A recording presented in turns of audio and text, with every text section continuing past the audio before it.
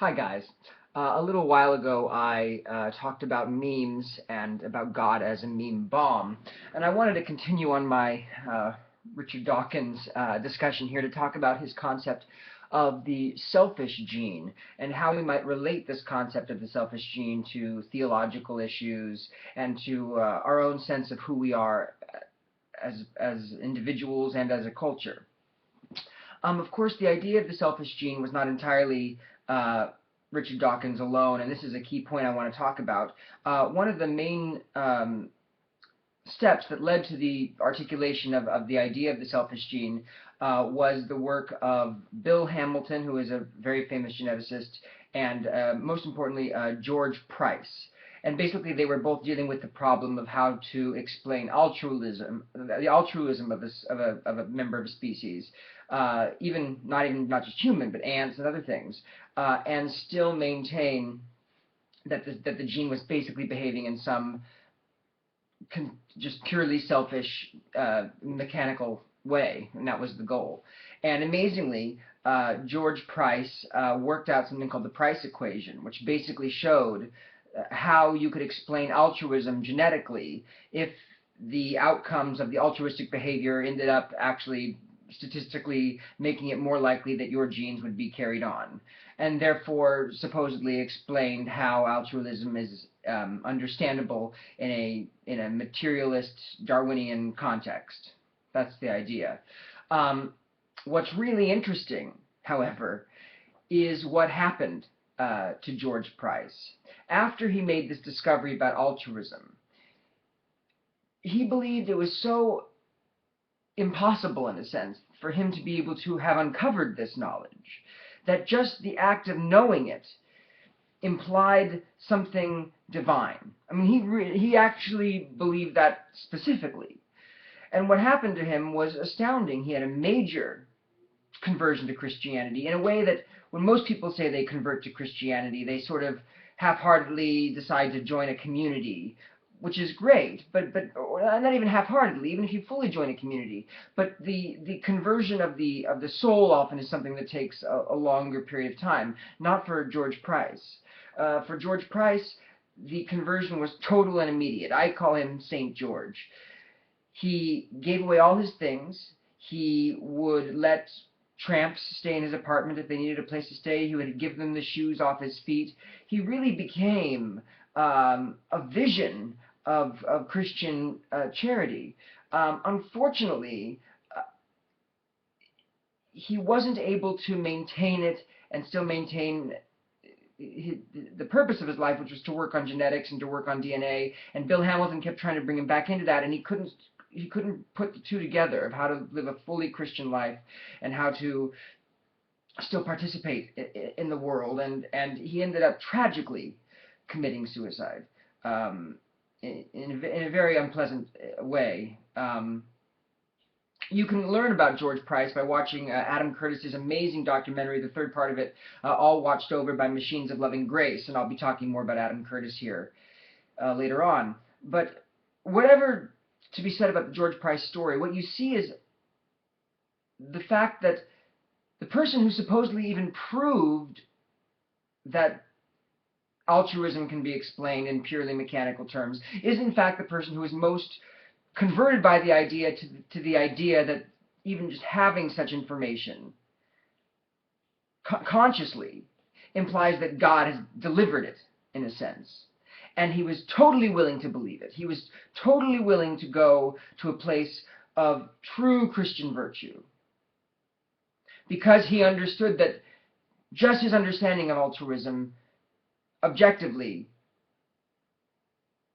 was giving him the impetus to prove himself wrong, in a sense, to show that these people have no connection with my genetic pool, and yet I give, and yet I give. I will defy my genes. And that's something I want to get back to in a minute. So that's all I want to say right now about George Price, and he worked with Bill Hamilton, and together they came up, Bill Hamilton in particular, really worked out the idea of the selfish gene before Dawkins popularized it in a public sphere. But the idea of the selfish gene is very simple. It's basically saying that the proper level of mechanism, to understand the process of evolution, and to understand the process by which biological forms have changed over time. The mechanism to look for is not at the species level, or, or various levels. It's at the gene level. That, again, the correct way to think of it is the genes are the code, and the animal and the phenotypes that the genes create through protein creation are just machines to deliver the code through time. I mean, that's the idea, is that literally the genes can be seen as a kind of machine that just want to copy, copy, copy. And when you get to humanity, the story goes, how fascinating it is that the gambit that genes are using is to generate a creature with self-consciousness and a complex neocortex and all this. That's only if you assume that the reason for the human experience to occurring is that it's necessarily just pushed from behind, and that it's pushed from behind for no reason. That the behind just began, and then it pushed reality to this point in a way that's understandable. And because it's understandable, people think that that means that there's, no God, or that the way to relate to reality is not specifically as a, a trial by God, but rather, no, it's because genes were mechanically reproducing and copying themselves and evolving, and here you are. It's because we can understand or decide on or make up or believe in a mechanistic story that makes sense, which allows us to know that the entire sphere of the material world is fully intelligible. I mean, we don't have to just say, I am just a hologram here, and God has just plopped me down, and I am literally just a hologram in a story. I mean, we don't have to go there. We can actually make sense of the world so much that we make up a story that makes us even doubt the real reasons behind things, because we can just see how it can mechanically evolve, because it's a beautiful mechanism in a sense. But when it comes to why we should believe in the selfish gene in our daily life, in terms of actually defining what we're here for, what we're doing, and how we really got here, that's a much more wishy-washy situation. I think the way to approach it is actually to use the selfish gene to relate to ourselves in the way that I think people in the medieval ages and just in the past, really, outside of modernity, related to themselves. And that was this, is that humanity is sometimes seen as divided in two, but not in the traditional Christian story. In the traditional Christian story, humanity is a unity and is complete and whole in one, in its soul and body. And that's a beautiful aspect of it. But nonetheless, it has always been seen in the Christian story as a hierarchy of values embedded in the human person and embedded in the human person's experience. And these hierarchy of values do at times get into war with each other, because the values on the top are more important than the values on the bottom of the hierarchy, but the values on the bottom of the hierarchy are extremely powerful. And I think we can look at this as the world of the genes versus the world of the memes, to a certain extent. The selfish gene created a world and created a creature with desires, appetites, physical needs, and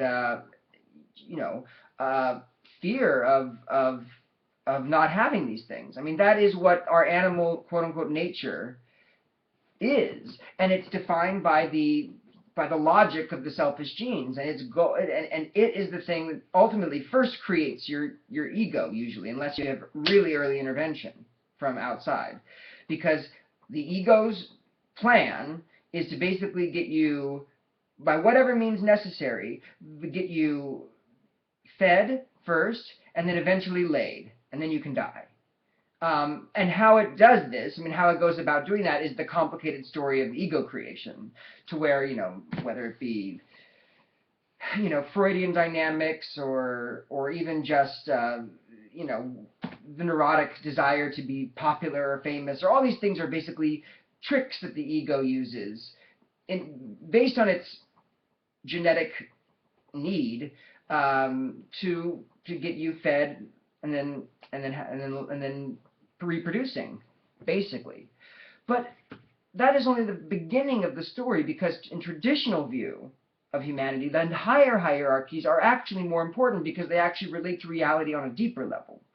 The hierarchies of altruism as a truly independent vision, apart from any genetic concern. I mean, really, true altruism, which can exist solely. I mean, it makes sense that it doesn't make sense with evolution. It's not supposed to make sense with evolution. Altruism and ethical truth is the end of evolution. It's over with that, because evolution loses, because the neurotic desire of the genes to copy no matter what, which doesn't even have a being itself, or its being is not what we think it is,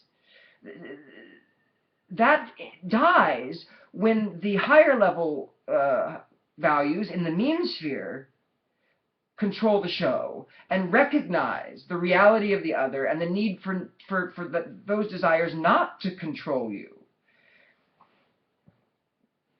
The selfish gene is, in a sense, the sin in us. I mean, there's a kind of truth there, in the sense that it's even called the selfish gene. It is that thing which makes us relate to self as paramount in a neurotic way. It wants for itself to copy for no reason other than its existential inertia in time to do so, and the thermodynamic equilibrium that creates ultimately, because that's how it's been able to do it. The selfish gene is a beautiful way to think about a possible story of how brute matter, if organized in certain ways to create a genetic code, can then create phenotypes based on its selfish desire to copy, which eventually could lead to us. I mean, that's the Darwinian story, and there's nothing wrong with it. And I think that the best thing for us to do is to take it and then realize, though, that ultimately that's only the beginning of why to think about why we're here. And there's another sense where it is just as true that God has just planted us here in scenery to go and play out the dramas of human existence.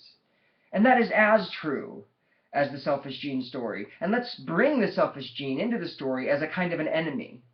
I mean, an actual enemy. Our genes are not our friend, because our genes are dumb and have no transcendental information, and have no information about the hologram, and have no information about digital physics, and no information about Christology. It doesn't even exist in their plane of existence. These are the important concepts. These are the concepts that are more true than the physical world that generated the genes. So, the selfish gene is in us, and it is selfish, and it is our enemy, but it's also part of us, and we can integrate it by focusing on the correct high-level values, which have always been focused on and asserted as hierarchically paramount by anyone serious about the human condition throughout history. Only in the most recent times do we excuse ourselves for everything because it's all just in the genes. That's ridiculous. All right. Thank you very much, and I'll talk to you later. Bye-bye.